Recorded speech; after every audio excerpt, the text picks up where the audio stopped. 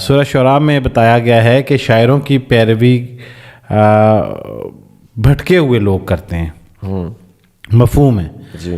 تو پھر آپ بتائیں کہ کیا آج کل کی جو شاعری کی جا رہی ہے، سنی جا رہی ہے، پڑھی جا رہی ہے، تو یہ تمام لوگ پھر بھٹکے ہوئے ہیں، یہ اسی کانٹیکسٹ میں کہا گیا ہے یا پھر اس کا کچھ اور مفہوم ہے؟ سوال کی وضاحت یہ ہے کہ اگر ابلیس اور شیطان میں کیا فرق ہے کے ساتھ ساتھ یہ بھی واضح کر دیں، کیا ابلیس یا شیطان ایک ہی ہے یعنی واحد ہے؟ اور اگر واحد ہے تو اتنی بڑی مخلوق میں ہر کسی کو کیسے بھٹکا رہا ہے؟ اچھا، اب میں اس پہ نا ایک آج آپ کو ڈفرینٹ رخ ٹھیک ہے. جیسے بھائی ہم نے 90% اپنے گناہوں کا ٹھیکہ شیطان کو دیا ہوا ہے، اصل میں ایسا نہیں ہے. یہ ایک ایلوژن ہے کہ سب کچھ شیطان کرواتا ہے، سب کچھ شیطان نہیں کرواتا. ہر مذہب سے تعلق رکھنے والے جنات ہیں، ہندو جن بھی ہوتے ہیں اور ہندوؤں میں بھی پائس جن اور ہوتے ہیں اور ایول جن اور ہوتے ہیں، کرسچن جن بھی ہوتے ہیں وہ پائس جن اور ہوتے ہیں ایول اور ہوتے ہیں، مسلم جن ہوتے ہیں پائس اور ہوتے ہیں ایول اور ہوتے ہیں. یہ کیٹیگری جو ہے مذہب سے تعلق نہیں رکھتی، یہ حق اور باطل سے تعلق رکھتی ہے، سیاہ اور سفید سے تعلق رکھتی ہے. بسم اللہ الرحمن الرحیم. میں یاسر جنجوعہ اور آپ دیکھ رہے ہیں یاسر جنجوعہ پوڈ کاسٹ کی ایک اور ایپیسوڈ. دریاب ہاشمی صاحب ہمارے ساتھ موجود ہیں ہمارے اسٹوڈیو میں، اور آج کا جو پوڈ کاسٹ ہے وہ ہم سوالات پہ مبنی رکھیں گے. اور آپ کے بہت سارے سوالات مختلف اوقات میں آتے رہے اور میں ان کو لکھتا رہا، اور آج وہ اتنا بڑا مجموعہ بن گیا کہ مجھے لگا کہ آج دریاب صاحب سے وہ سارے سوالات پوچھ لینے چاہیے. سر السلام علیکم. وعلیکم السلام. جو سب سے پہلا سوال ہے آج کے جہاں سے ہم آغاز کریں گے وہ یہ ہے کہ کیا اللہ کے بھی جذبات ہیں؟ ایز سچ جذبات؟ بس یہی میسج میں لکھا ہوا ہے اور میں نے ایز اٹ از پڑھ دی ہے. دیکھیں، اللہ تعالیٰ کے ساتھ وہ چیزیں ایسوسیٹ کرنا جو ہیومن چیزیں ہیں وہ تو it does not really make sense. ہمیں یہ سوال اس طرح کرنا چاہیے کہ ہمارے جو جذبات ہیں وہ اللہ تعالیٰ کی صفات کا عکس ہیں. صحیح. یعنی جو بھی جذبہ ہم سوچ سمجھ ایکسپیرئنس کر سکتے ہیں وہ سارا اللہ تعالیٰ کی صفات کی ایکسٹینڈڈ لمیٹڈ سی فارم ہے. صحیح. چاہے ہم محبت کا جذبہ لیں، چاہے ہم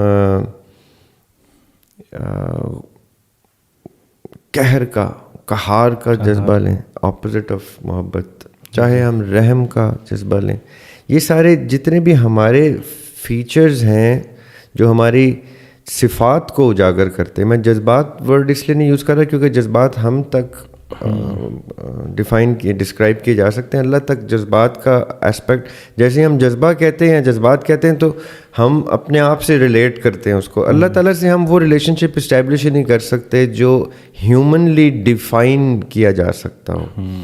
ہم یہ کہہ سکتے ہیں کہ جو ہمارے جذبات ہیں اس کی کوئی بہت ہی انفینٹ میگنیفائڈ اسٹیٹ اللہ تعالیٰ کی صفات میں ایگزسٹ کر سکتی ہے. یہ جو ایسوسیشن ہے یہ تhin لائن ہے، یہ کراس نہیں کرنی چاہیے اللہ تعالیٰ سے ایسوسیٹ کرتے ہوئے. So whatever we are, جو بھی ہم سوچتے ہیں سمجھتے ہیں جو کچھ ہے وہ انہی صفات کی ایک فزیکل پریکٹیکل شیپ ہے جو انسان کر کے دکھا رہا ہے، جو انسان محسوس کرتا ہے. اچھا، اب نیکسٹ کوشچن یہ ہے کہ یہ بڑا کامن کوشچن ہے، ہمیں اکثر سننے کو ملتا ہے کہ جب اللہ تعالیٰ فرماتا ہے کہ میں جس کو چاہوں ہدایت دوں، مفہوم ہے سوال کا، اور جس کو چاہے ہدایت دے کر واپس لے لیں یا چھین لیں، یہ مفہوم ہے. تو پھر انسان کا اس میں کیا اختیار ہے کہ وہ ہدایت والا تھا اور پھر ہدایت چلی گئی یا لے لی گئی واپس، تو اس کے بعد جو انسان سے جتنے بھی گناہ ہوتے ہیں تو پھر بھی انسان اس کا ذمہ دار کیسے ہے؟ اگر ایسا ہے تو اب دیکھیں یہ دو سکولز ہیں. ایک سکول جو ہم نے پہلے بھی ڈسکس کیا آپ کے پوڈ کاسٹ میں اور رخ سے ڈسکس کیا، یہ وہ دور تھا جب اسلام کی ڈیٹیل میں ڈسکشن پبلک ہونا شروع ہوئی. اس سے پہلے تک، یعنی کون سے دور کی میں بات کر رہا ہوں، جس دور میں یہ جبریہ کہتے ہیں اس کو. ایک اسکول ہے جبریہ, جبر والا, کہ جو کچھ ہوتا ہے وہ اللہ تعالیٰ کرتے ہیں, انسان کا کوئی اختیار ہی نہیں ہے, اور جزا اور سزا اللہ کی حکمت ہے جو ہم پر تب بیاں ہوگی جب آخرت کا منظر ہمارے سامنے ہوگا. یہ جبریہ اسکول ہے, جبر جسے کہتے ہیں. ایک ہے قدریہ اسکول, قدر کا کانسیپٹ. یہ 2 اسکالرس سے انیشیٹ ہوتا ہے, یعنی یہ 7ویں صدی عیسوی کے لوگ ہیں جو قدریہ کے اوپر ہیں, 8ویں صدی ایکچولی 8ویں صدی کے ہیں جو جبریہ کے اوپر ہیں. جو آپ کا سوال ہے نا کہ جو کچھ ہے وہ اللہ تعالیٰ کرتے ہیں, جو ہدایت بھی اللہ تعالیٰ دیتے ہیں اور چھین بھی لیتے ہیں. جبریہ اسکول اب ذکر ہو ہی گیا, تو بیسکلی یہ ایک ایسے فرد تھے جن کے نام سے باقاعدہ ایک اسکول آف تھاٹ چلا ہے جس کو جہمیہ کہتے ہیں. جہم بن صفوان نام تھا ان کا, جہم بن صفوان, جنہوں نے یہ اسکول اسٹیبلش کیا تھا, جبریہ اسکول. یہ وہی ہیں جنہوں نے کہا تھا قرآن مخلوق ہے, قرآن پروڈکٹ نہیں ہے, قرآن کریچر ہے. اور ان کے اس بیان پہ ان کو سزائے موت کی سزا سنا دی گئی تھی ہمارے دور خلافت میں, ان دا 7th 8th سینچری عیسوی. یہ جہم بن صفوان کے اس کانسیپٹ میں ہی جبریہ کا کانسیپٹ اسٹیبلش ہوا تھا کہ سب کچھ اللہ تعالیٰ کرتے ہیں, ہمارا کوئی اختیار نہیں. اس کے کاؤنٹر میں پھر قدریہ اسکول آیا.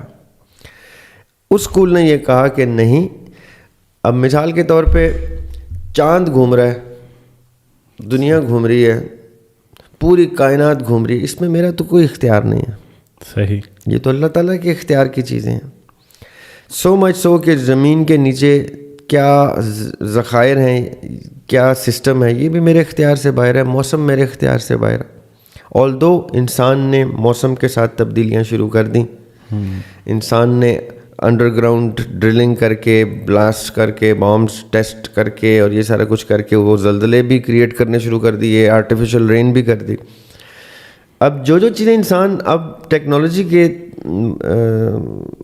ہیلپ سے کیے جا رہا ہے, وہ کتنے ہی بڑے بڑے اسکولس کے کانسیپٹس کو اس وقت جب یہ چیزیں پاسبل نہیں تھیں ان کو کیسے اب نگیٹ کر رہا ہے انسان. کیا جبریہ والی بات جو ہے وہ تو کافی حد تک ٹیکنالوجی نے نگیٹ کر دی کہ انسان کے اختیار میں کتنی ایسی چیزیں آ گئی ہیں جو پہلے ہم تصور بھی نہیں کر سکتے کہ انسان کے اختیار میں ہے. جی بالکل. یہ جو اختیار انسان کا اور رب کا اختیار ہے, یہ قدریہ اسکول نے اس کے اوپر زیادہ بحث کی کہ یہ پارشل ہے.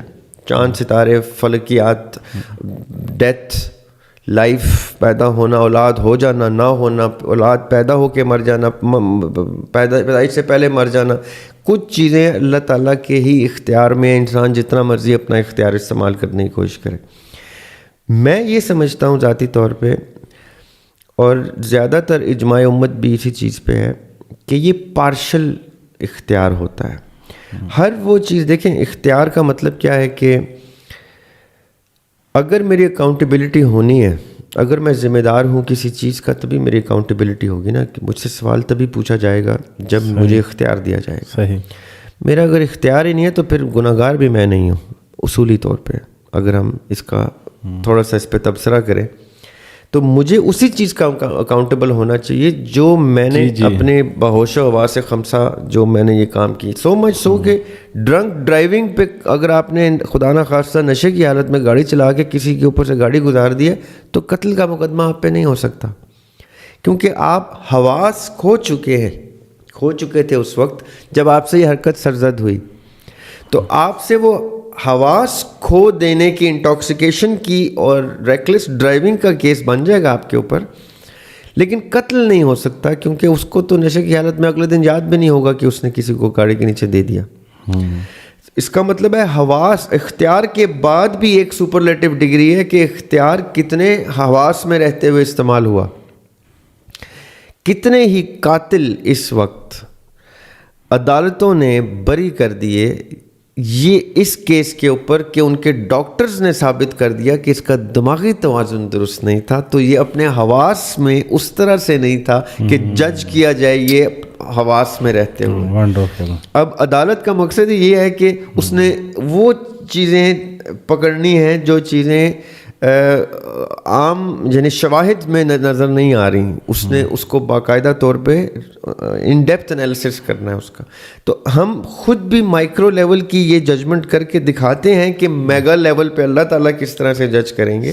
یہ سمجھنے سے تعلق رکھتی ہے بات کہ اللہ تعالیٰ کا انصاف اور عدل کا تقاضا ہم تصور نہیں کر سکتے, لیکن جو چیزیں اللہ تعالیٰ قرآن پاک میں یا باقی اپنی کتب میں بیان کر چکے ہیں, الہامی کتب میں, اس کی بیسس پہ سمجھ میں یہی آتا ہے, جو مجھے سمجھ میں آتا ہے وہ یہی آتا ہے کہ جس چیز کا اختیار میں نے اپنے ہوش و حواس میں رہتے ہوئے بغیر کسی پریشر کے, یعنی مجھ سے گن پوائنٹ پہ کوئی کام کرا لے گا تو مجھے پتہ ہے میرا اللہ تعالیٰ مجھے معاف کر دیں گے اس بات پہ, سو مچ سو کہ میرا انسان جج تک معاف کر دے گا کہ بھئی اس سے تو گن پوائنٹ پہ یہ کام کرایا گیا. تو جہاں ہمارا اختیار کمپرومائز ہو رہا ہے وہاں پہ انصاف کے تقاضے بھی چینج ہو رہے ہیں. تو آئی بلیو کہ اچھا, اب بیچ میں ایک پوائنٹ آپ نے ہدایت ورڈ یوز کیا. ہدایت کے بارے میں تو اللہ تعالیٰ کہتے ہیں کہ یہ ہے ہی میرا پروگیٹو, یہ میں نے دینی ہے جس کو دینی ہے. اور یہ بھی کہا ہے اللہ تعالیٰ نے کہ ہدایت میری سرشت میں ہے کہ میں جو چیز کریٹ کرتا ہوں ہدایت اس کے ساتھ ان بلٹ ہوتی ہے. سورہ طٰہٰ کی آیت ہے یہ کہ جو چیز اللہ تعالیٰ کریٹ کرتے ہیں اس میں ہدایت بلٹ ان ہوتی ہے. لیکن اب آ جاتے ہیں آپ کے اختیار والی بات پہ کہ اگر تو انسان نے اختیار کیا اس رستے کو جس رستے میں ہدایت کی جھلک نمایاں ہوتی ہے, طلب نمایاں ہوتی ہے کہ یہ ہدایت کا طالب ہے, تب اللہ تعالیٰ ہدایت کے دروازے کھولنا شروع کرتے ہیں. ورنہ اللہ تعالیٰ قرآن پاک میں ہدایت کے اوپر تو بہت زور ہے. انا ہدیناہ السبیل, یہ سورہ انسان کی آیت ہے کہ جہاں چیپٹر ہی انسان کا کہ انا ہدیناہ السبیل اما شاکرم و اما کفورا, جس نے اس نعمت کا شکرانے نعمت کیا یعنی استعمال میں لا کے دکھایا تو اس نے اپنے لیے کیا, جس نے کفران نعمت کیا وہ ہے وہ شخص جس کا آپ کے سوال میں ذکر ہے, جس سے ہدایت اللہ تعالیٰ پھر لے لیتے ہیں, وہ روشنی ہی چھین لیتے ہیں اس سے. ایک اور جگہ سورہ نساء میں اللہ تعالیٰ کہتے ہیں وَيَتَّبِعْ غَيْرَ السَّبِيلِ الْمُؤْمِنِينَ نُوَلِّهِ مَا تَوَلَّى, یعنی جس نے وہ رستہ اختیار کیا جو مومنین کا نہیں ہے تو ہم نے اس کو اسی طرف موڑ دیا. نُصْلِهِ جہنم, آگے جہنم کہتے ہیں اللہ تعالیٰ, اور پھر اس کو جہنم میں واصل کر دیا. اس کا مطلب ہے کہ اللہ تعالیٰ یہ کہہ رہے ہیں کہ میں تمہیں تمہارے انٹینٹ, نیت اور عمل کے اوپر, بڑا سمپل سا ہم اس کو اگر سمجھیں کہ اگر میں کوئی ویڈیو گیم بناؤں تو جو کیریکٹر ہے میرا وہ جو دروازہ کھولتا جائے گا اس کو وہ والے ٹریجرز ملتے جائیں گے. صحیح. جو اگر وہ غلط راستے پہ آئے گا تو وہ پٹ فالز آنے شروع ہوں گی جہاں وہ اس کا چانس مر جائے گا. یہ ہم بھی فطرتاً وہ چیزیں کریٹ کرتے ہیں کہ ہے ہمارے ہی اختیار میں اور ہم ہی ڈائریکٹ کرتے ہیں اپنے پاتھ کو, اور ہینس سزا اور جزا ہم بڑے فخر سے لیں گے اس وقت اپنی سزا اور جزا, کیونکہ ہمیں شعور آ جائے گا کہ ہم نے ہی کیا جو کیا. قرآن بھی اس چیز کو ہائی لائٹ کرتا ہے کہ جیسے یہ ریئلائز کریں گے انہوں نے کیا کیا, یہ صرف پچھتاوا کریں گے. قرآن میں اس چیز کا جواب ہے کہ تم اس وقت جب یہ جان جاؤ گے تم ہاتھ جوڑ کے منتیں کرو گے کہ ہمیں واپس بھیجیں اور ہم اپنا رستہ ٹھیک رکھیں. تو اس کا مطلب یہ ہے کہ ریئلائزیشن کا پل ہوتا ہے, مومنٹ آف ریئلائزیشن ہوتا ہے جب انسان کہتا ہے کہ مجھے سمجھ میں آ گئی کہ میں تو واقعتاً اپنے پورے اختیار سے غلط رستے پہ تھا یا صحیح رستے پہ تھا. تو یہ بڑی سمجھنے والی بات ہے. اچھا قرآن پاک کو سمجھنے کے حوالے سے بھی ایک سوال ہے کہ قرآن پاک جو ہے وہ جب ترجمے سے چاہے انگلش یا اردو کی ٹرانسلیشن کی جائے تو کسی کا سوال ہے کہ بچوں کو سمجھ نہیں آتی, تو کیا طریقہ کار ہے کہ عربک تو قرآن پاک عربک میں موجود ہے لیکن اگر ٹرانسلیشن کی جائے تو آسانی سے سمجھا جا سکے, اور اس کے لیے وہ کوئی خاص اسکول آف تھاٹ بھی فالو نہیں کرنا چاہتے. ایسا نہیں ہے کہ کسی خاص مکتبہ فکر کا جو تفاسیر ہیں اویلیبل اس کو بھی نہ لیں اور قرآن پاک بھی سمجھ آ جائے.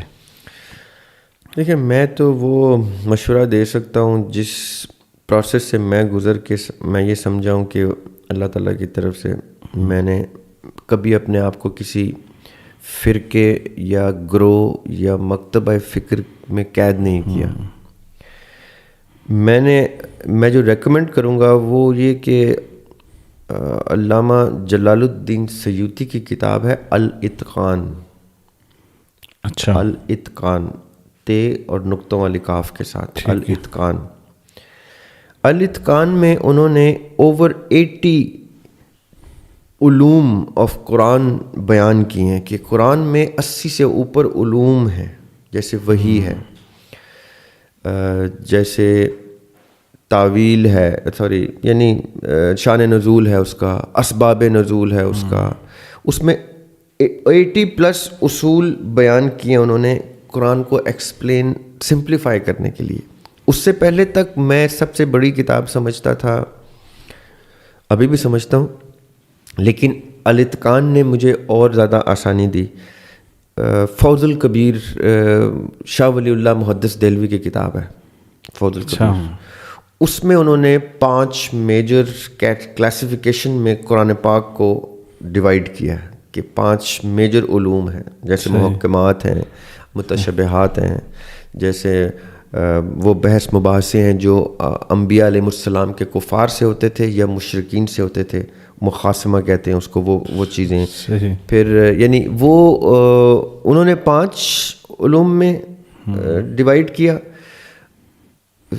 علامہ سیوطی نے اوور 80 ایلیبریشنز آف قرآن بیان کیے ہیں. تو یہ 2 کتابیں میں سمجھتا ہوں ہر گھر, مسلمان گھر میں اور نان مسلم گھر میں ہونی چاہیے.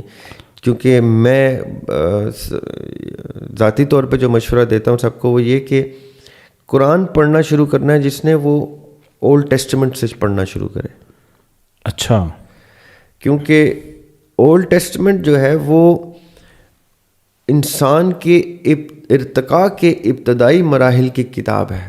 جیسے ہم بچے کو نرسری سے, پلے گروپ سے, گریڈ 1 سے لے کے PhD پہ لے کے جاتے ہیں, اسی طرح جو مذہب کو اور خاص طور پہ اسلام کو جو سمجھنا چاہتا ہے یا قرآن کو جو سمجھنا چاہتا ہے وہ قرآن کی بھی تنزیل کے پروسیس کو, نازل ہونے کے پروسیس کو ابتدا سے پڑھے.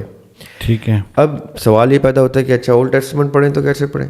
تو جس طرح میں علامہ سیوطی کا نام لے رہا ہوں یا امام فخر الدین رازی کا نام لیتا ہوں, ابن کثیر کی تفسیر بہت پاپولر ہے جس طرح, اس طرح اولڈ ٹیسٹمنٹ کے اور نیو ٹیسٹمنٹ کے بھی مفسرین پائے جاتے ہیں اور بڑے خوبصورت مفسرین پائے جاتے ہیں. میں نے بائبل جب بھی پڑھی ہے میں نے ان 4 5 6 مفسرین کی روشنی میں بائبل کو دیکھا ہے, چاہے وہ اولڈ ٹیسٹمنٹ کے جوئش مفسرین ہوں یا نیو ٹیسٹمنٹ کے کرسچن مفسرین ہوں. اسی طرح قرآن پاک کے سنی مفسرین ہوں یا شیعہ مفسرین ہوں. میں القمی کی تفسیر ضرور پڑھتا ہوں, میں علامہ ہلی کی تفسیر ضرور پڑھتا ہوں, میں طباطبائی کی تفسیر ضرور پڑھتا ہوں.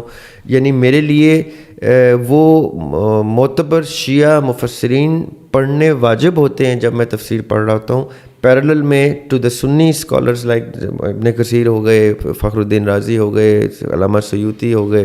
پھر اہل تصوف کو میں ساتھ ضرور ایڈ کرتا ہوں جس میں امام غزالی ہو گئے, شاہ ولی اللہ محدث دہلوی ہو گئے, پھر ان کے داماد شاہ اسماعیل شہید ہو گئے.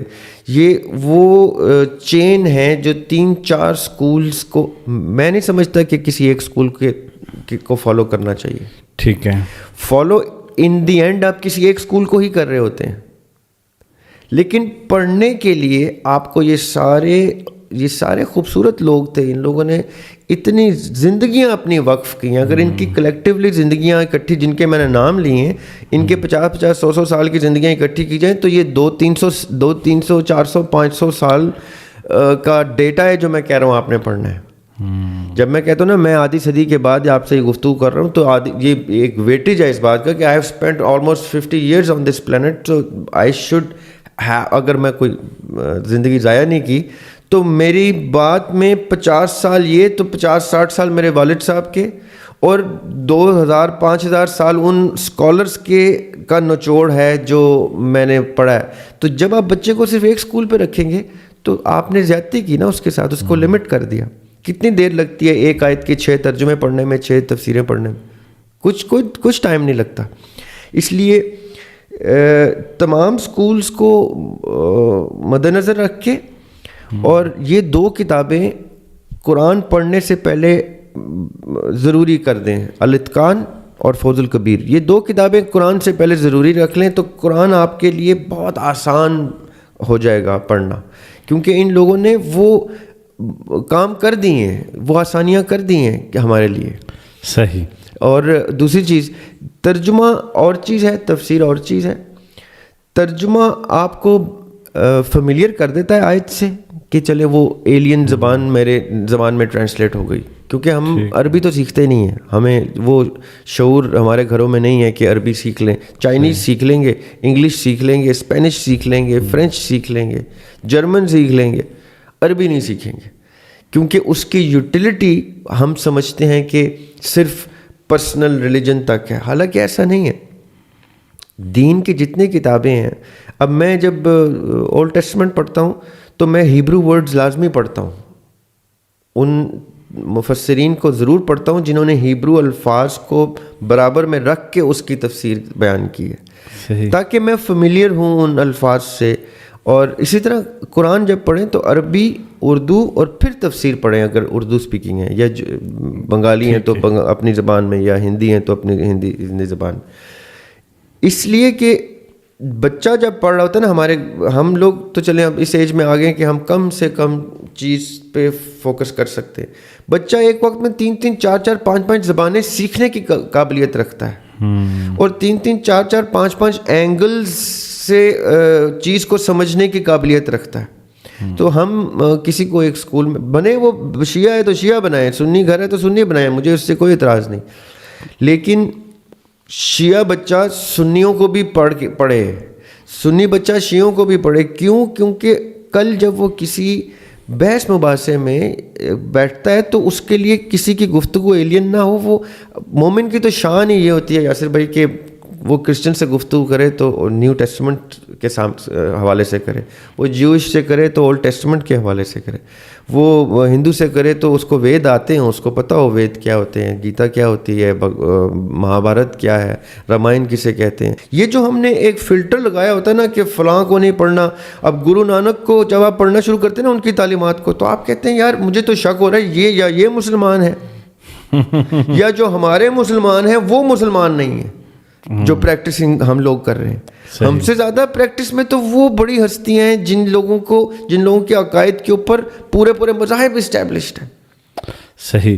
اچھا, اب ایک اور بڑا اہم سوال ہے, اور یہ بڑا زبردست سوال ہے شاعری کے حوالے سے.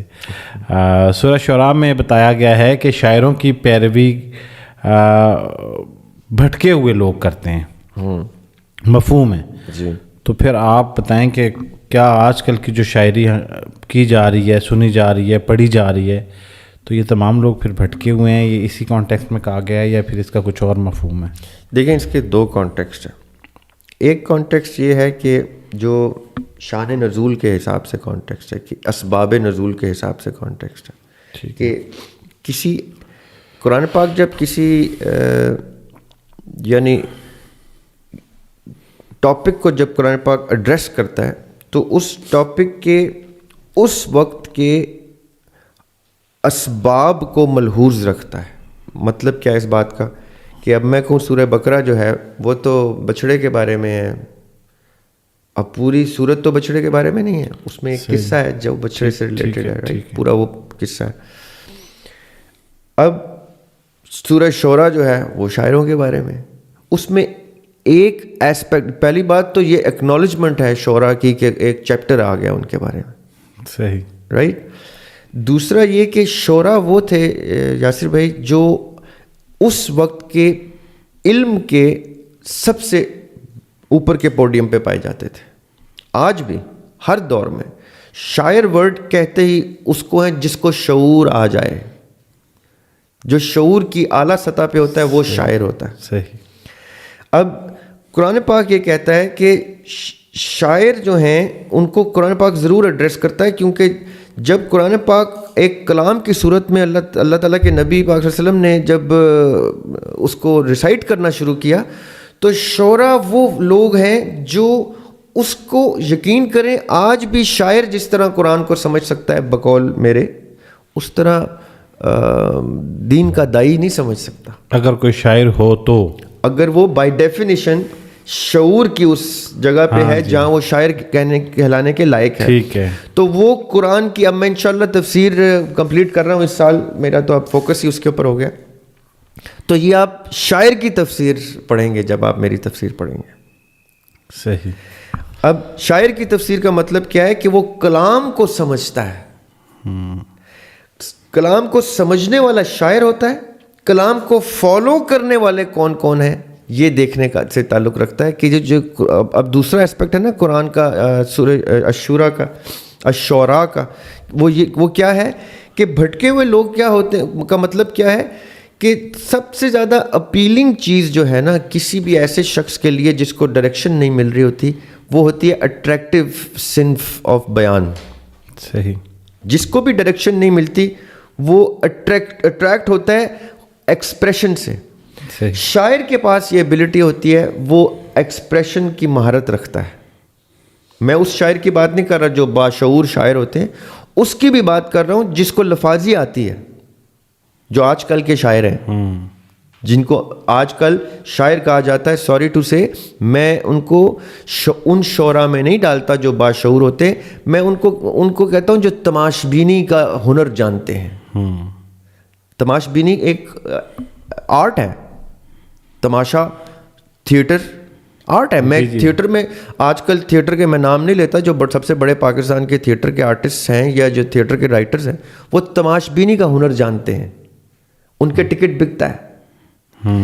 تو یہ جو لوور لیول ہوتی ہے نا, جو میسز کو ٹکٹ لینے پہ مجبور کر دیتی ہے میسز کو, وہ ہوتے ہیں وہ شعراء جن کے بارے میں قرآن کہہ رہا ہے کہ بھٹکے ہوئے لوگ. بھٹکا ہوا آدمی کوئی برا آدمی نہیں ہوتا, بھٹکا ہوا آدمی وہ ہوتا ہے جو ڈائریکشن لیس ہوتا ہے, جو بھٹک جاتا ہے رستے سے. جو ڈائریکشن لیس لوگ ہوتے ہیں وہ اٹریکٹیو چیزوں پہ فال کرتے ہیں. ٹک ٹاک بھرا ہوا ہے اس ٹائم, ملینز ہیں نا ٹک ٹاک پہ, وہ میسز کو کور کر رہا ہے کیونکہ وہ ڈائریکشن لیس لوگ ہیں. نو آفینس, وہ برے لوگ نہیں ہوتے, وہ ڈائریکشن لیس ہوتے ہیں, وہ ڈائریکشن ڈھونڈ رہے ہوتے ہیں, تو اٹریکشن ان کو کہیں سے ملتی ہے تو وہ اس پہ لپکتے ہیں. اور لفاظی اور تماش بینی اس کو انکیش کرتی ہے, یہ ان کی سب سے بڑی مارکیٹ ہے. اب جیسے ہی شعراء جو اس لیول کے شعراء ہیں جو تماش بینی اور لفاظی کے ہنر سے کے ایکسپرٹ ہوتے ہیں, وہ ان بھٹکے ہوئوں کو اٹریکٹ کر کے ڈائریکٹ کرتے ہیں اپنی طرف. یہ ان کا ذکر ہو رہا ہے. جو شعراء باشعور ہوتے ہیں وہ تو میسج کو کبھی ایڈریس ہی نہیں کرتے. میں اب آپ کو غالب کا ایک شعر سنا دوں کہ مقدور ہوں تو خاک سے پوچھوں کہ اے لئیم تو نے وہ گنج ہائے گراں مایا کیا کیے. اب آپ کی آڈینس کہے گی یہ اس نے کیا بولا. There will be very few people in your audience who will grasp what I said, not just because کہ اردو ان کی لینگویج نہیں ہے. اردو سننے سمجھنے والے بھی کہیں گے یہ ذریعہ آپ نے جان کے کوئی سٹنٹ مارا, رائٹ. اب غالب نے یہ شعر جب کہا ہے تو اس کو نہیں پتا کہ یہ اٹریکٹ نہیں ہوں گے, بھٹکے ہوئے تو اٹریکٹ نہیں ہوں گے. اس سے تو اٹریکٹ ہی وہ ہوگا جس کو ڈائریکشن کی بھی کوئی اعلیٰ سطح پتہ ہے. تو اس کا مطلب ہے باشعور شاعر اور تماش بین لفاظی کا ہنر رکھنے والے شاعر میں زمین آسمان کا فرق ہو گیا. وہ زمین کے میسز کو اٹریکٹ کرتے ہیں اور وہ آسمان کے خاص لوگوں کو خواص کو اٹریکٹ کرتے ہیں. اب قرآن اس صورت میں خاص طور پہ ٹانٹ کر رہا ہے شاعروں کو کہ تم شاعر ہو, یعنی یو تھنک یو آر شاعر.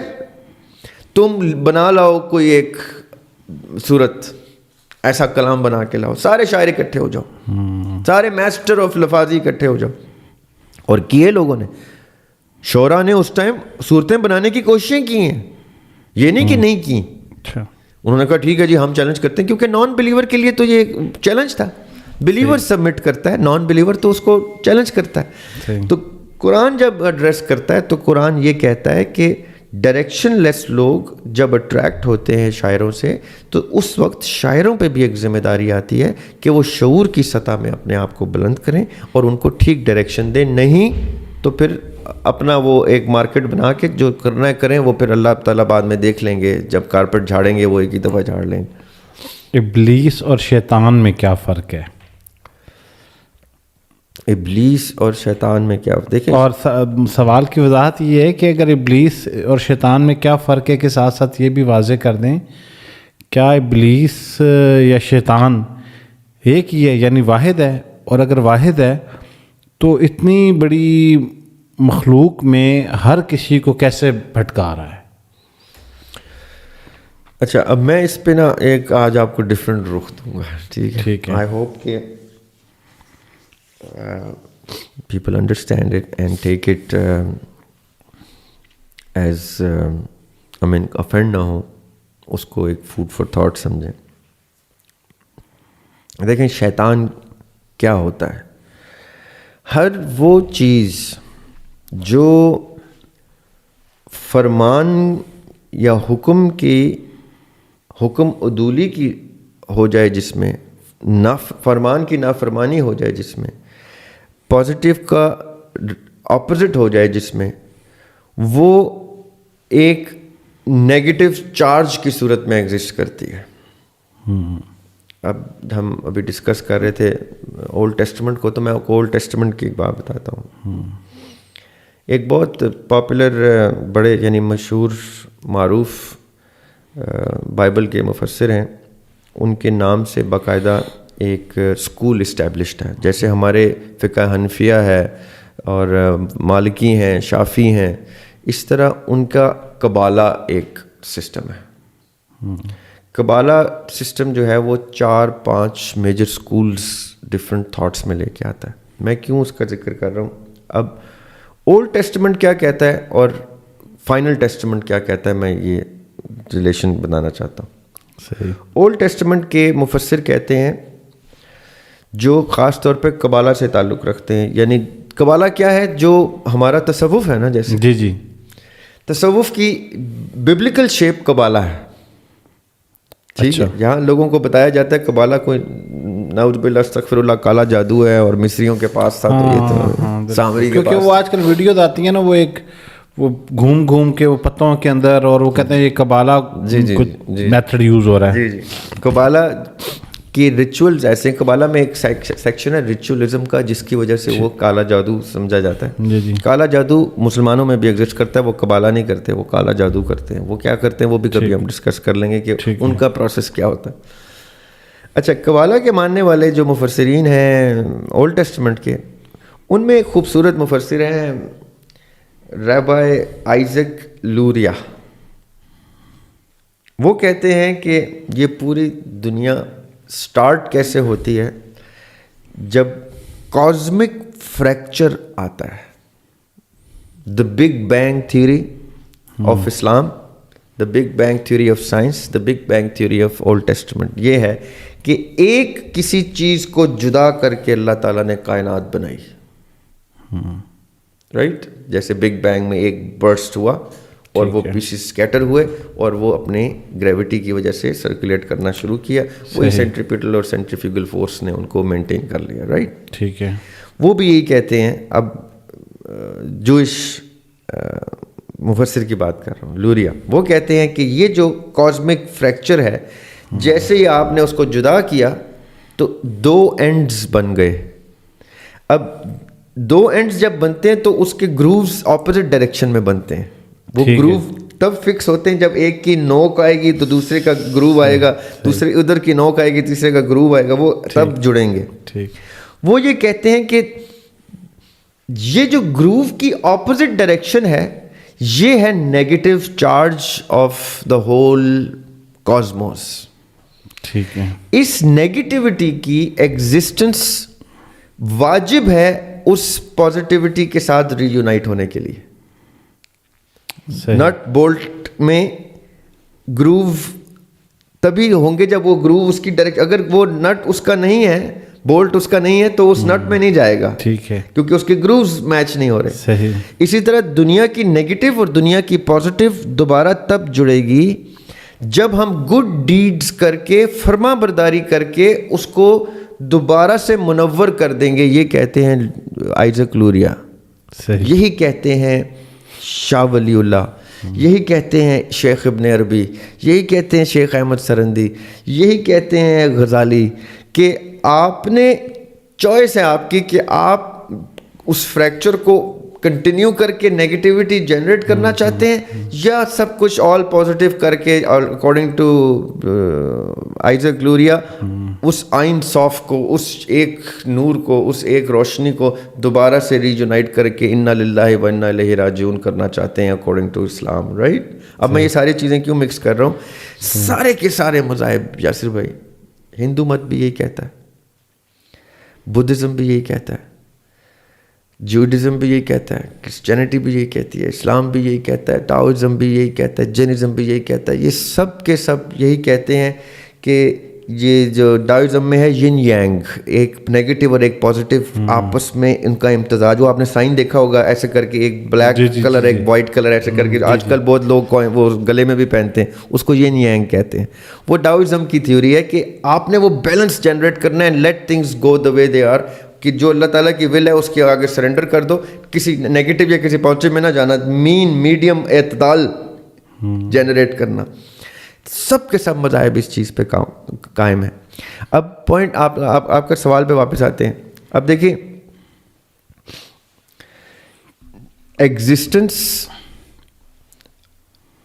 پاسبل ہی تب ہے جب یہ شر اور خیر کا یا شیطان یا ابلیس کا کانسیپٹ جنریٹ ہوگا.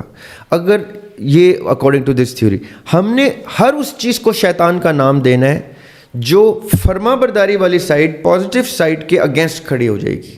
ہر وہ چیز شیطان ہے, صحیح, ایول ہے, اس کا ابلیس سے کوئی تعلق نہیں ہے. یعنی آپ تھوڑی دیر کے لیے میں اور آپ ابلیس کے اس سجدے سے پہلے کھڑے ہوتے ہیں وہاں پہ منظر پہ, ٹھیک ہے, تو کوئی ابلیس تھا یعنی کوئی شیطان تھا؟ نہیں تھا نا. اس کے ایکٹ نے, اس کے ایکشن نے ایک ٹرم کو جنم دیا جس کو شر اور شیطان سے تشبیہ دی اسلام نے. ٹھیک ہے. اس سے پہلے عزازیل نام سے وہ 70,000 سال کی عبادتیں کر چکا ہوا تھا, کاؤنٹلیس ایئرس, میں نے تو کم بولے ہیں.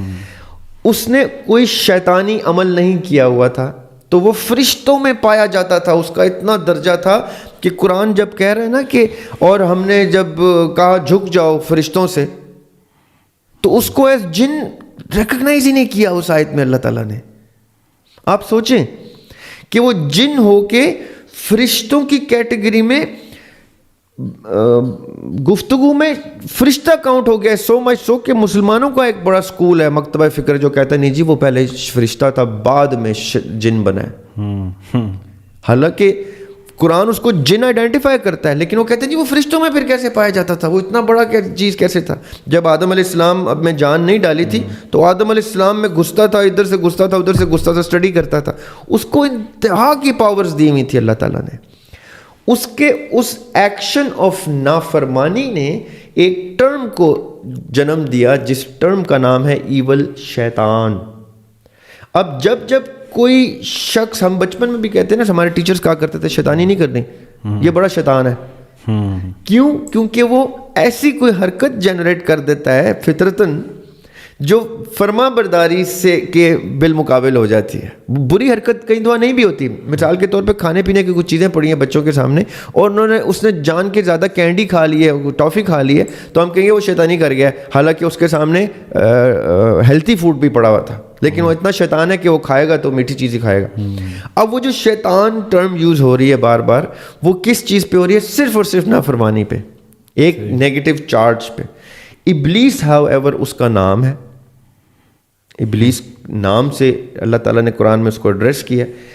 اب اس کے اس ایکشن کو جو ریپلیکیٹ کرے گا, جیسے بھائی ہم نے 90% اپنے گناہوں کا ٹھیکہ شیطان کو دیا ہوا ہے, اصل میں ایسا نہیں ہے. یہ ایک ایلوژن ہے کہ سب کچھ شیطان کرواتا ہے. سب کچھ شیطان نہیں کرواتا. ابھی ہم نے تھوڑی دیر پہلے ڈسکس کیا ہے کہ میرے اختیار کی مجھے سزا مل سکتی ہے نا. اگر میرا اختیار ہی نہیں ہے تو مجھے آپ سزا کس چیز کوشچن ہی نہیں کر سکتے. آپ جو پستول سے گولی مار رہا ہے, آپ پستول کو تو نہیں زمین پہ زور زور سے مارنا شروع کر دیتے کہ اس نے گولی ماری ہے, بندے نے گولی ماری ہے. پستول تو ایک ٹول ہے, صحیح, رائٹ. تو اس کا مطلب ہے جو انٹینٹ کر رہا ہے قصوروار وہ ہے, جو ایکشن کر رہا ہے قصوروار وہ ہے. اب شیطان جو ہے یا ابلیس جو ہے وہ کتنے ہی کیسز میں, یقین کریں میں ذاتی طور پہ اپنے گناہوں کا مجرم, 1 ٹکے کا بھی شیطان کو نہیں دیتا. تو پھر وسوسے کون ڈالتا ہے انسان کے دل میں؟ دیکھیں اب وہ بات, یہ جو ایسپیکٹ آف نیگیٹیوٹی ہے نا, ہم اس کو شیطان کا نام دیتے ہیں, ابلیس کا نام نہیں دیتے. وسوسہ ابلیس نہیں ڈالتا, وسوسہ انسان بھی ڈالتا ہے. الذی یوسوس فی صدور الناس, اور وہ لوگ یا وہ کیٹیگوری جس میں لوگ بھی آ سکتے ہیں, شیطان بھی آ سکتے ہیں, جو صدر میں وسوسے ڈالتے. میں آپ کے کان میں وسوسہ ڈال دوں, دل میں وسوسہ ڈال دوں, آپ نے کل لاہور نہیں جانا جی, مجھے انٹیویشن آئی ہے آپ کا وہ ٹائر پنکچر ہو جائے گا, ٹائر برسٹ ہو جائے گا, آپ کہیں یار یہ اس نے کیا کہہ دیا, اور آپ جاتے جاتے رک جائیں. تو یہ وسوسہ ہی آیا نا, یہ زریاب ہاشمی نے ڈالا ہے, ابلیس نے تھوڑی ڈالا ہے. اچھا پھر مجھے نا سمجھ کچھ یوں آئی ہے کہ جیسے ابلیس ایگزسٹ کرتا تھا, ابلیس ایک, اور پھر یہ جو شیاطین ہیں یہ اس کے چیلے ہیں اور انسانوں کے روپ میں بھی گھوم رہے ہیں. رکیں, ہاں یہ بات آپ نے بالکل اچھا اینگل پکڑا ہے. اسلام, قرآن یہ کہتا ہے, اسلام یہ کہتا ہے, یعنی مفسرین قرآن کی تفسیر کے دوران یہ کہتے ہیں کہ جس وقت شیطان نے یہ نافرمانی کی تھی اس وقت وہ اکیلا تھا, کیونکہ وہ تو رینک ہی ایسا تھا نا, جہاں فرشتے پائے جاتے تھے وہاں اکیلا یہ پایا جاتا تھا. But then he had huge millions of جنات فالوئنگ ود ہم, اور انہوں نے اس کی انا کے جنگ میں اس کا ساتھ دیا. اس میں سے کتنے ہی جنات تھے جو جدا ہوئے اس سے, انہوں نے کہا ہم تیرا ساتھ نہیں دیتے, ہم اللہ تعالیٰ کو, ہم تو تیری عزت اللہ کی وجہ سے کرتے ہیں کیونکہ تو اللہ تعالیٰ کو مانتا ہے, خدا مانتا ہے. آج تو نے اللہ تعالیٰ کی نافرمانی کی, آج ہم تجھ سے دور ہو جائیں گے. تو انہوں نے اس سے ترک تعلقات رکھے. آج بھی ہم جب حدیث پڑھتے ہیں جنات کے بارے میں تو اس میں ان جنات کا ذکر پڑھتے ہیں جو جنات پازیٹیو سائڈ پہ ہیں. یہ جو شرفاء میں عامل پائے جاتے ہیں نا, شرفاء میں جو موکلات کے تھرو لوگوں کی مدد کرتے ہیں, وہ شریف لوگ مسلمان پازیٹیو جنوں کو یوز کر کے, موکلات کو یوز کر کے لوگوں کو فیض دیتے ہیں. اب یعنی یہ ایک پورا کلین ہے جو ہر مذہب سے تعلق رکھنے والے جنات ہیں. ہندو جن بھی ہوتے ہیں, اور ہندوؤں میں بھی پائس جن اور ہوتے ہیں اور ایول جن اور ہوتے ہیں. کرسچن جن بھی ہوتے ہیں, وہ پائس جن اور ہوتے ہیں, ایول اور ہوتے ہیں. مسلم جن ہوتے ہیں, پائس اور ہوتے ہیں, ایول اور ہوتے ہیں. یہ کیٹیگری جو ہے مذہب سے تعلق نہیں رکھتی, یہ حق اور باطل سے تعلق رکھتی ہے, سیاہ اور سفید سے تعلق رکھتی ہے. ماننے والے یہ سارے جن اللہ کے ہیں. انسانوں نے تو اللہ تعالیٰ کو اس طرح سے پرسیو نہیں کیا نا. سورہ جن میں اللہ تعالیٰ ایکسپلین کرتے ہیں جنات کے بارے میں, پورا چیپٹر ہے ان جنات کے اوپر کہ کیسے یہ جنہوں نے باتیں سنی, باتیں سنتے تھے آسمانوں کے اوپر, جب فرشتوں سے اللہ تعالیٰ ڈائلاگ کرتا تھا یہ سنتے تھے. یہ پھر آگے سے کہتے تھے, ان کا گروہ کہتا تھا کہ اللہ تعالیٰ کا میسج آ گیا, اب تو ہم شک ہی نہیں رہا. دے ایکسیپٹڈ. یہ تو آسمانوں کے ٹریولرز ہیں. یاسر بھائی خود سوچیں, ان کو تو قرآن کنونس کرنے کے لیے نہیں آیا, یہ تو قرآن سے پہلے کے کنونسڈ ہیں. یا ان کے لیے الہامی کتب ان کے سامنے آئی ہیں, الہامی کتب دنیا میں, یہ تو پہلے سے ہیں, یہ تو پہلے سے اللہ کے ماننے والے ہیں. ڈفرنس کہاں آیا؟ جب ابلیس نے ایک سٹینس لیا, پولیٹیکل سٹینس لیا کہ یا اللہ مجھے مہلت دیں, اور اللہ تعالیٰ نے وہ مہلت دی.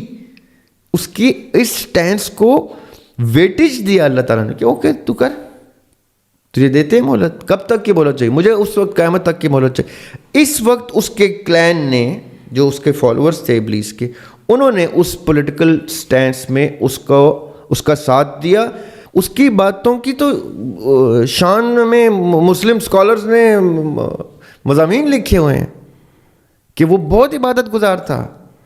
مسئلہ کہاں پہ ہے کہ اس کا یہ پولیٹیکل سٹینس ہے. دیکھیں یہ سمجھنے والی بات ہے, یہ نقطہ بڑا ضروری ہے کہ اتنے ہزاروں سال فرشتے عبادت کر رہے ہیں اللہ تعالیٰ کی, اتنے ہزاروں کاؤنٹلیس لائٹ ایئرز میں عبادتیں کر رہے ہیں یہ فرشتے اور جنات, اور اللہ تعالیٰ ایک ٹیسٹ رکھتے ہیں ان کے سامنے کہ میں اپنا خلیفہ جو ہے وہ اس مخلوق کو بنانے لگا ہوں. ٹھیک ہے. یہ بات وہاں جنگل میں آگ کی طرح پھیلتی ہے نا, کیونکہ قرآن سورہ بقرہ میں اللہ تعالیٰ ڈسکس کر رہے ہیں کہ فرشتوں نے ڈائلاگ کیا اللہ تعالیٰ سے کہ آپ اس کو اختیار دینے لگے ہیں, وہ تو فساد کرے گا. دیکھیں اتنا روم اللہ تعالیٰ دے رہے ہیں تو یہ ڈسکشن ہو رہی ہے نا.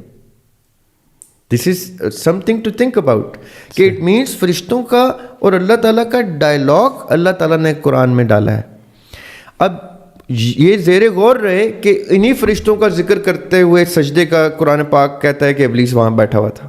تو اس کا مطلب ہے اس ڈسکشن میں بھی کہیں اس کو یہ پتہ چلا ہے کہ یہ ڈسکشن ہو رہی ہے, تبھی وہ آدم علیہ السلام میں گھس کے اسٹڈی کر رہا ہے. اس کے لیے کوئی نئی بات نہیں ہے, ادھر پہلے ڈسکس ہوئی ہے یہ بات, اس کے بعد آدم علیہ السلام میں روح پھونکی گئی ہے, اس کے بعد اس نے سجدے سے انکار کیا. یہ ہم نے پہلے ڈسکس کیا تھا ایک دفعہ کہ اگر وہ سجدہ کر جاتا, یہ میرا ذاتی ماننا ہے, اگر وہ سجدہ کر جاتا اور پھر بحث کرتا تو دنیا کا نقشہ ہی چینج ہو جاتا.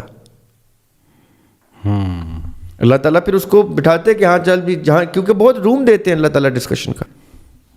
دیکھیں حکم عدولی اللہ کی نہیں ہونی چاہیے تھی, وہاں پہ فرما برداری کرتا, سجدہ کرتا اور پھر بیٹھتا. یہ جو مسٹیک اس سے ہوئی ہے نا, اس مسٹیک پہ وہ پھنسا ہوا ہے, اور اب اس نے انا کی جنگ مول لے لی اپنے, اور انا کی جنگ جو ہے وہ آگ تک ہی لے کے جاتی ہے, یعنی اینڈ تک دوزخ میں ہی لے کے جاتی ہے.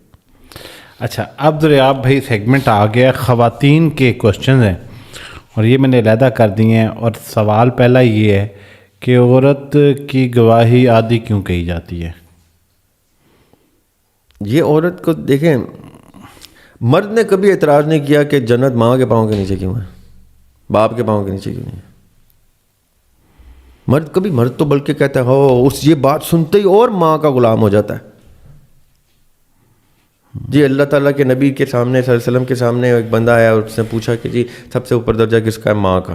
ان کے بعد جی ماں کا, ان کے بعد جی ماں کا, ان کے بعد جی پھر باپ کا.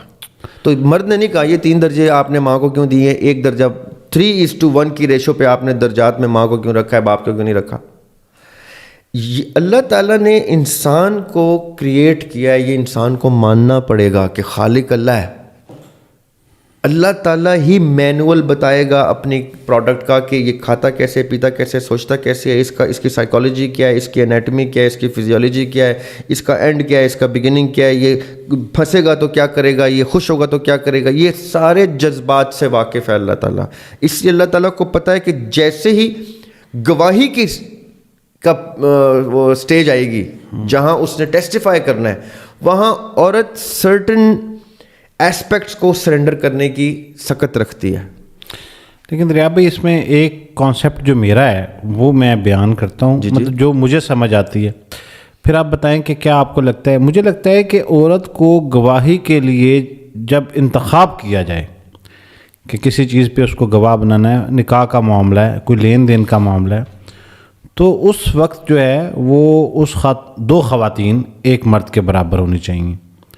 آپ کو ڈاکیومنٹ کر رہے ہیں, لیکن اگر کوئی انسیڈنٹ ہو گیا ہے, انسیڈنٹ پہ ہی گواہی آئے گی. اگر کوئی مطلب میں اس میں غلط ہو سکتا ہوں, آج تک جو میں سوچتا رہا ہوں اس بارے میں, مجھے لگتا ہے اگر کوئی انسیڈنٹ ہو گیا تو پھر شاید جیسے کوئی حادثہ ہو گیا اور اسے خاتون نے دیکھ لیا کسی کا قتل ہوتے ہوئے کچھ, تو پھر وہ شاید اس دیکھیں جہاں پہ بھی کافی ہو. جی نہیں, لیکن آپ کا سوال ایک سرٹن ایسپیکٹ کو ہائی لائٹ کرتا ہے, ان ایشوز کو نہیں کرتا جس میں ایک گواہی بھی چل جائے گی. ویسے چل سکتی ہے, جن ایسپیکٹس میں ایک گواہی چلتی ہے اس میں کوئی پوچھتا بھی نہیں ہے کہ دوسرا گواہ لے کے آؤ. اچھا ٹھیک ہے. جیسے آپ نے جس انسیڈنٹ کا رخ کیا ہے ڈائریکشن کا, جی کہ کہیں اس نے ایکسیڈنٹ دیکھا ہے تو میں مان لوں گا اس نے دیکھا ہے, وہ جیسا بتائے کہ میں مان لوں گا. لیکن جہاں پہ کرٹیکل ایلیمنٹ آ جائے گا, جہاں مثال کے طور پہ جہاں اس کے جذبات اس کے فیصلے کو کمپرومائز کرا دیں گے, یہ بات سمجھنی ہے آپ نے. ٹھیک ہے. عورت اپنے جذبات میں مرد سے 10,000 گنا زیادہ ایکسپریسو ہے. اس کے اندر جو ایکسپلوژنز ہیں, دھماکے ہو رہے ہوتے ہیں جذبات کے, مرد کے اندر اتنے جذبات ہی نہیں ہوتے. اسی لیے تو مرد جو ہے وہ اس کو حاکم بنایا ہوا ہے, کیونکہ حاکم وہ ہوتا ہے یا حکمران وہ ہوتا ہے جو انصاف کے اوپر اپنا بچہ بھی دے دے. صحیح. عورت کو کہ جبلی تقاضے ہیں کہ وہ بچہ ذبح نہیں کرنے دے گی. وہ کہے گی میرا قاتل باپ بچہ جو ہے اس کو بھی پھانسی سے بچا لو, کچھ اور کر دو, اس کو پھانسی مت دو, اس کو کم سے کم سزا دینا. مرد کہتا ہے میرے بیٹے نے یہ کیا, اس کو 10 کوڑے میری طرف سے فالتو مارو. کیونکہ مرد کے اندر اصول, چاہے میں ان کوالٹی مردوں کی بات کر رہا ہوں, یعنی عورت بھی کوالٹی کی رکھیں, آپ معیار کی رکھیں, اور مرد بھی کوالٹی کا رکھیں, تو ادھر عورت جو ہے اپنی جبلت پہ سرنڈر کر جائے گی, مرد نہیں کرے گا. اور یہ عورت مانتی ہے, ایسا نہیں کہ عورت نہیں مانتی. آج ہم جو ماں باپ دیکھ رہے ہیں, جو میاں بیوی دیکھ رہے ہیں جن کے بچے ہیں, آج ابھی کے ابھی وہ فیصلہ کریں کہ ماں کے سامنے میں یہ رکھتا ہوں سوال کہ اس کا بچہ نعوذ باللہ استغفر اللہ کوئی قاتل چھاتل نکل آیا ہے یا مجرم نکل آیا ہے, اور باپ کے سامنے رکھیں تو باپ فوراً کہے گا دو اس کو سزا.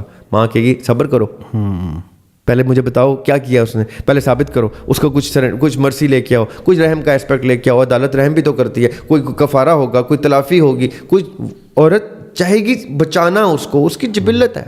مرد نے کیوں نے یہ شکوہ کیا؟ دیکھیں اللہ تعالیٰ نے عورت کو جتنا درجہ دیا ہے, مرد چاہ کے بھی نہیں پہنچ سکتا اس درجے پہ.